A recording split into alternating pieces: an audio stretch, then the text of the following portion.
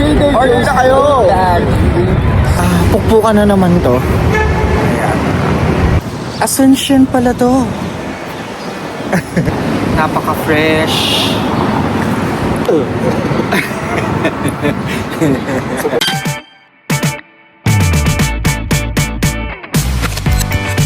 Hi sa inyong lahat, another vlog, and today nagbabalik ulit ako. Ang pupuntahan namin yung capital ng US sa Washington DC. So before anything else, please like, subscribe, and follow me guys, and samahan nyo ako sa magiging journey natin. Let's see, and sana mag-enjoy kayo. Comment lang kayo, babalikan ko kayo pag may time ako, and sana ayun, mag-enjoy kayo hanggang sa huli. See you! So ayun na nga, hello, what's up guys? Hiya! Today, magta-travel kami first long drive papunta sa capital ng US, sa Washington DC. So, see you there! Time check guys, 6:40 na.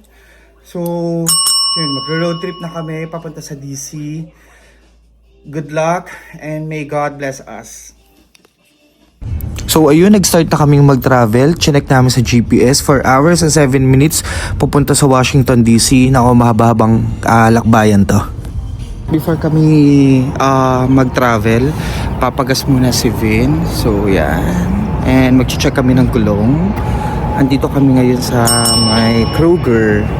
So yung estimated time based dun sa GPS sa sasakyan, 4 hours and 7 minutes. So samahan nyo ako dun sa journey. Sana mag-enjoy kami.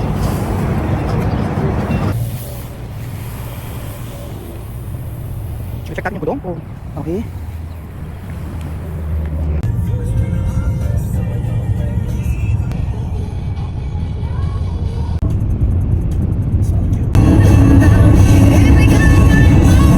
Coffee tayo pampagising.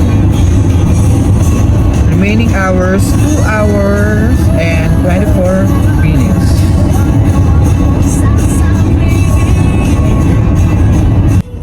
Ito, nandito kami ngayon sa interstate. So speed natin by this time 80 miles per hour. So, ayan yung view natin. Napakaganda in both sides. Makikita mo puro field siya. Ayan o, cars. Continue straight for 38.2 miles to exit 300. I-66 east toward Front Royal, Washington.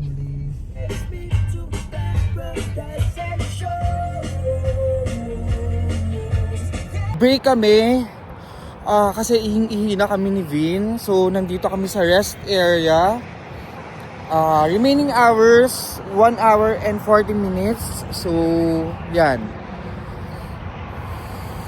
Nagko-coffee naman ako sa sasakyan, kaya yun. Nung time na yan, nasa town proper na kami, pero dun pala makikita mo na yung mga cherry blossoms nagbabagsakan na, lumilipad. Ang tawag nila dun, cherry blossom storm daw. Ito yung map dito sa Washington DC, yung park. So makikita mo yung mga landmarks para hindi ka malito kung ano yung uunahin mo, kung ano yung pupuntahan mo. So napakaganda niya, laking tulong na to. Look at the place. Sobrang maganda, mamemesperize ka dun sa itsura, napakaganda talaga niya. Siyempre, nung time na yan, naghahanap kami ng perfect spot ni Vin, yung walang masyadong tao, na pwede kami makapagpa-pictures, na walang abala. Ayan, abala kami ni Vin dyan. Ayan, sa may mga plan na mag-visit dito sa Washington DC, you should check first dun sa website kung ano yung date, dun sa perfect time ng pag-bloom ng cherry blossoms para maabutan nyo yung maganda. So ayan, nandito na kami, ang daming tao, pero kukuha ka ng spot mo ng pagkakataon. So ayan. So cool.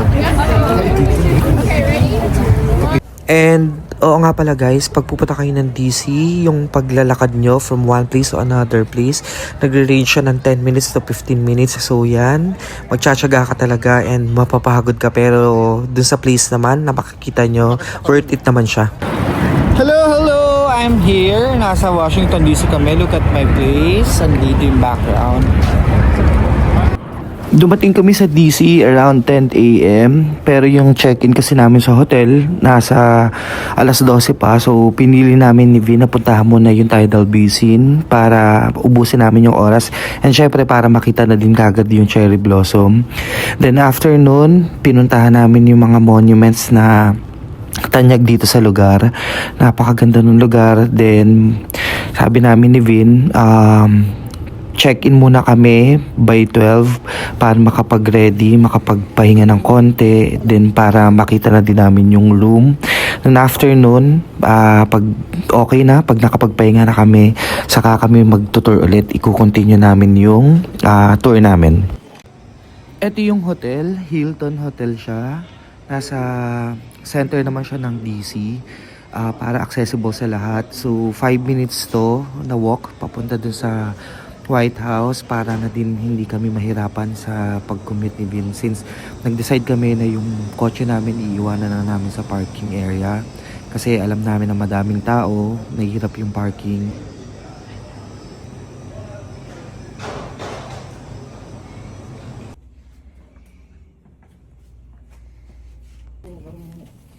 So ito yung room namin for 5 days.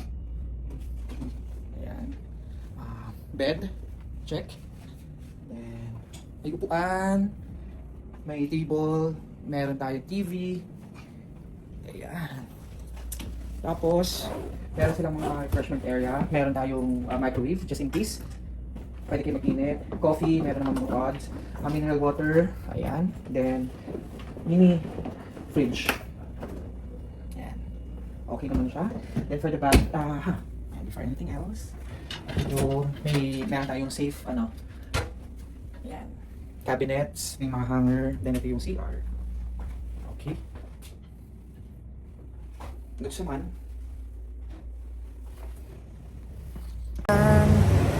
Nakapag-bihis na kami. Pukpukan na naman to. Ayan. Since hindi naman mainit ngayon, ito lang, simple lang.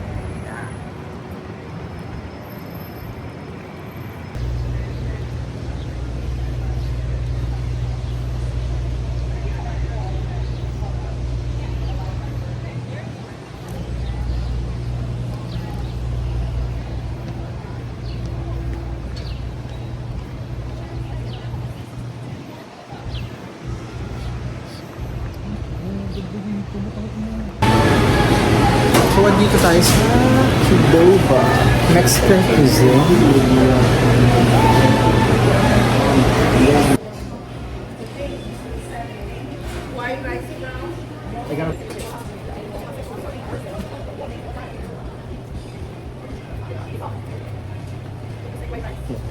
And ayun, another tips pag pupunta kayo ng Washington DC guys, kung meron kayong plano, mas maganda ahead of time, makapaglista kayo, lalong-lalo na doon sa mga pupuntahan ninyo.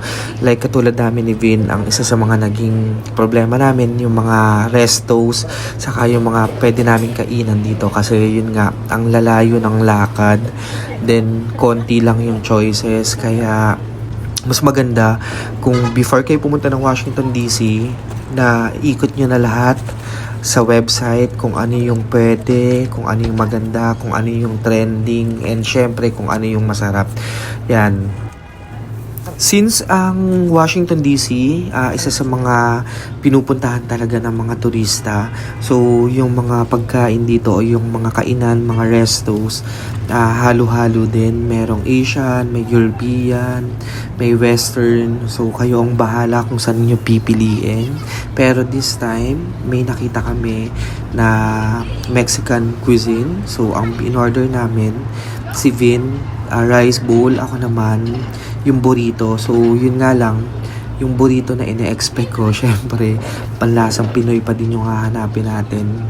So hindi ko masyadong nagustuhan yung in-order ko, pero ayun naman, feeling ko kaya siya ng pang 2 tao.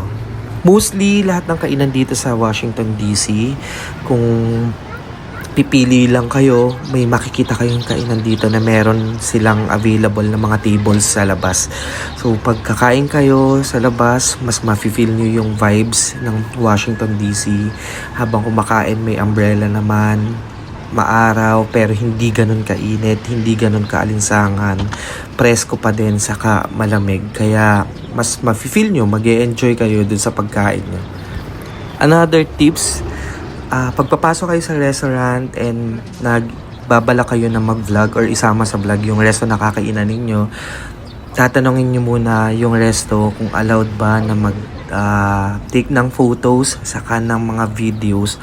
Kasi nung time na kumain kami dito sa restaurant na to, may lumapit sa akin na isa sa mga crew, yun nga, inaware kami na yun nga, hindi pwede at hindi allowed sa kanila na mag-take ng pictures and ng videos habang pine-prepare yung food. So yun, para lang may idea kayo, saka mas maging aware kayo doon sa mga kakainan ninyo. Yung time na yan, napansin ko si Vin na yun nga, hindi niya nagustuhan yung food niya. So, sabi ko sa kanya, maghanap na lang kami ng ibang place kung gusto niya pa or kung hindi pa siya busog. Etong restaurant na to, Qdoba, nasa center din siya ng DC. Napagod kami. 30 minutes walk para dun sa Trader Joe's na bag. We have 10 minutes more. Papahinga lang kami dito sa ilalim ng puno. Napakaganda ng place, as in parang wala sa USA. Ang vibes niya dito parang kang nasa European country. Yung mga buildings, tapos yung mga restos, mga kainan, grabe. Tapos yung mga flowers, makikita mo lang sa daan. Napaka-fresh.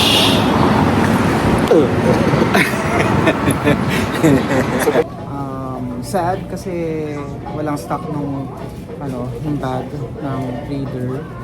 Wala sila nung classic. So, yung next na store dito, 30 minutes. Yung isa 38, yung isa 33. So, sabi ko kay Vin, okay na yung ganong bag. So, yun.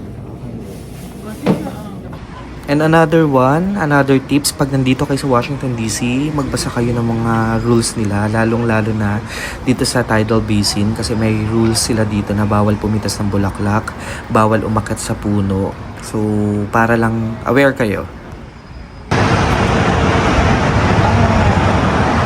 Grabe yung mga building dito. Parang lahat sila pwede mo pagkamalan na landmarks na pinupuntahan ng tao. Sobrang ganda ng structures, yung mga details. Tignan nyo guys, per panel yan. Ang ganda niyan. Ginagawa pala yung White House, so hindi kami maka-access sa mismong harapan. Grabe.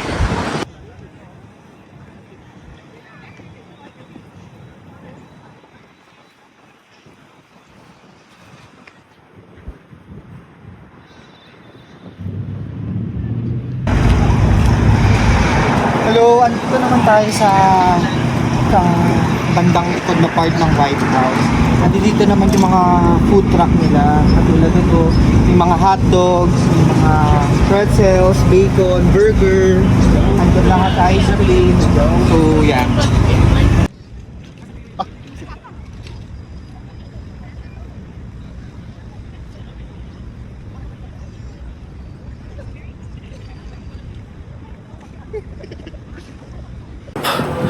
It's late night. So, maghahanap kami ng spot na pwede makita yung lahat ng, hindi naman lahat, pero makikita yung city view dito sa Washington DC. So, nakita namin yung View Hotel, rooftop yun. So, let's see kung anong meron dun sa rooftop, dun sa view. But before that, ito yung tsura. Ayan. Ayan siya. Ito siya paggabi. Napakaganda. Gusto mo tumawid ka na?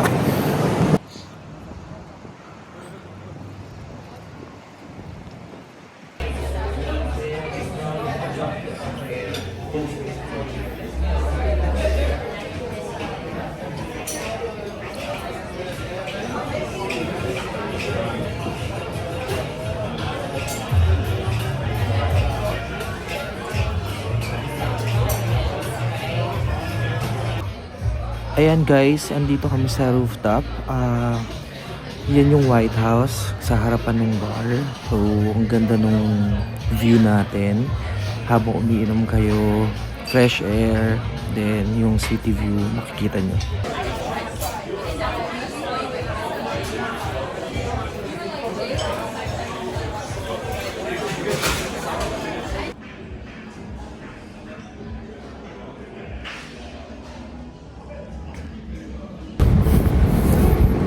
Hello, nasa Chinatown kami ngayon.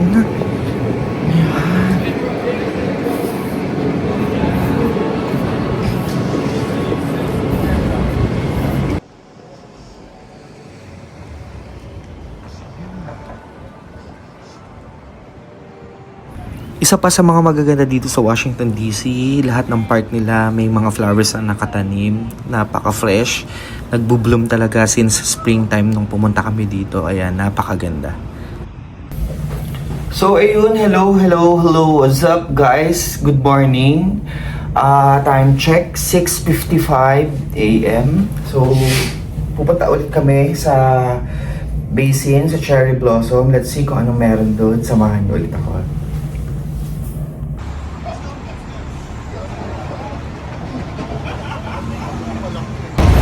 Hello, tatry namin mag-bike para maikot yung buong city.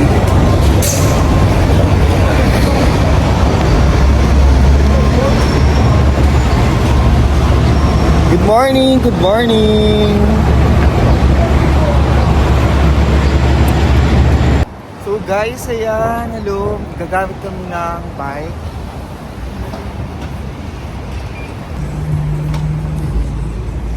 Hello! Nag-bike kami ni Vin. So, using the Vio app. Mabilis lang siya gamitin. Download nyo lang yung application. Victory Echo Oscar. Then, scan nyo lang yung code nung nasa bike. Then, once na na-scan nyo na, you can select kung ano yung kailangan nyo. Yun, pwede nyo maggamitin. Then, safe naman siya. After nyo gamitin, i-end nyo din dun sa apps pag tatapusin nyo na yung gamit sa kanya. So, ganun lang kadali. Ayan siya.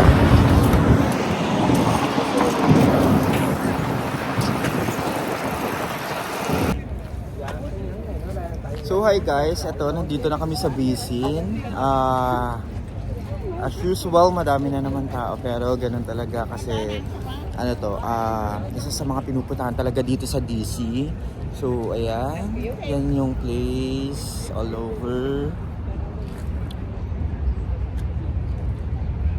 Ganda ng cherry blossom actually.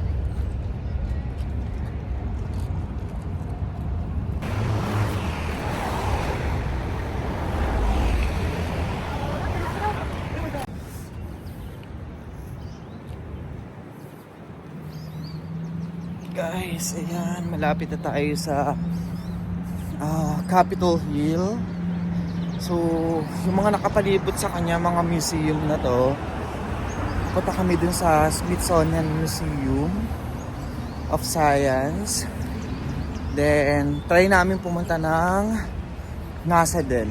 So, more walkathon, more fun! US Capitol.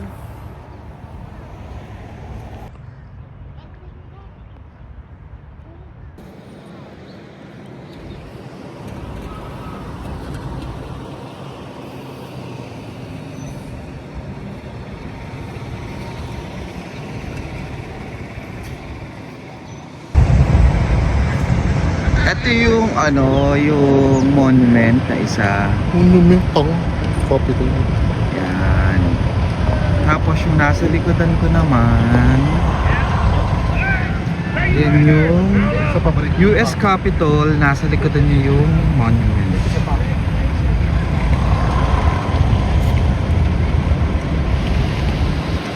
Ito po.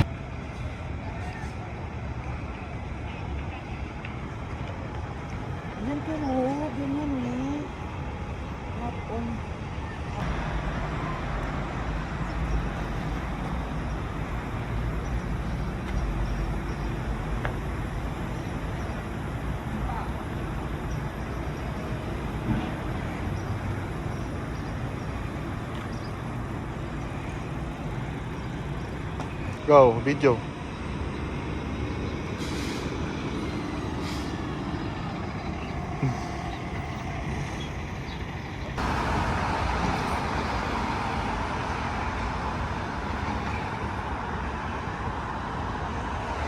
So guys, ito ngayon, nandito kami ngayon sa line papunta sa NASA Museum. So as you can see, ayan, mahaba yung pila. Ayan. So 10 o'clock siya nagbubukas. So let's see. So guys, ayan, nandito tayo sa Natural History of Arts and Science. Right, are these real? Come on, look at the little ones.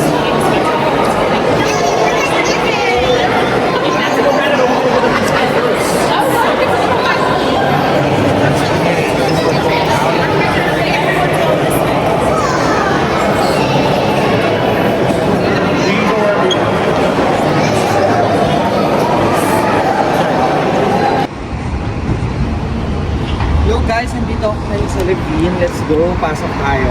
Tara. So ito, order ulit kami.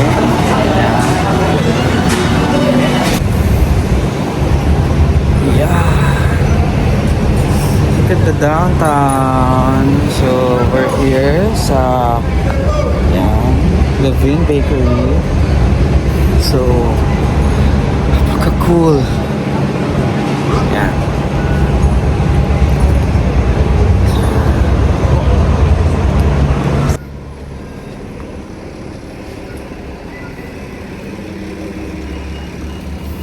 So ayan, nasa Trader Joe's tayo. Nakabili ako, 6 to. Ayan.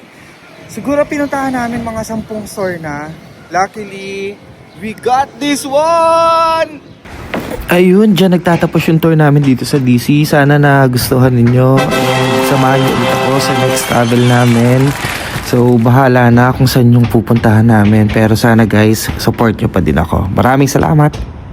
Ayun, dito nagtatapos. Thank you for watching. Follow me for more videos and subscribe pa din. And yung hit natin yung notification bell para ma-notify kayo sa mga next videos ko. Maraming salamat. Bye!